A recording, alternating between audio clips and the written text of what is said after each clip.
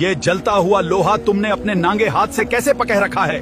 کیا تم اللہ کے والی ہو؟ ایک سفر کے دوران ایک درویش کی نظر ایک لوہار پر پڑی۔ وہ بھٹی سے سرخ لال لوہا اپنے ننگے ہاتھوں سے نکال کر اس پر زور زور سے ہتھوڑے چلا رہا تھا۔ حیرت کی بات یہ تھی کہ اس کے ہاتھوں پر جلنے کا ایک بھی نشان نہیں تھا۔ درویش نے تعجب سے پوچھا، بھائی یہ کیسے ممکن ہے؟ کیا اللہ نے تمہیں کوئی خاص مرتبہ عطا کیا ہے؟ لوہار ہلکا سا مسکرایا اور بولا، نہیں، میں کبھی نیک انسان نہیں تھا، بلکہ میری زندگی گناہوں سے بھری ہوئی تھی۔ درویش نے حیرانی سے کہا، اگر ایسا ہے تو پھر تمہارے ساتھ یہ کرامات کیسے ہو رہی ہے؟ لوہار نے گہری سانس لی اور کہا، برسوں پہلے میرے پڑوس میں ایک شریف اور پاک دامن بیوہ عورت اپنے چھوٹے چھوٹے یتیم بچوں کے ساتھ رہتی تھی۔ میں اس پر بری نظر رکھتا تھا اور کئی بار اسے اپنی غلط خواہشوں کا نشانہ بنانا چاہتا تھا، لیکن وہ ہر بار مجھے ٹھکرا دیتی تھی۔ پھر ایک سال شہر میں سخت قحط پڑ گیا، ہر طرف بھوک اور بے بسی کا عالم تھا۔ ایک رات وہ بیوہ عورت روتی ہوئی میرے دروازے پر آئی اور کانپتی ہوئی آواز میں بولی،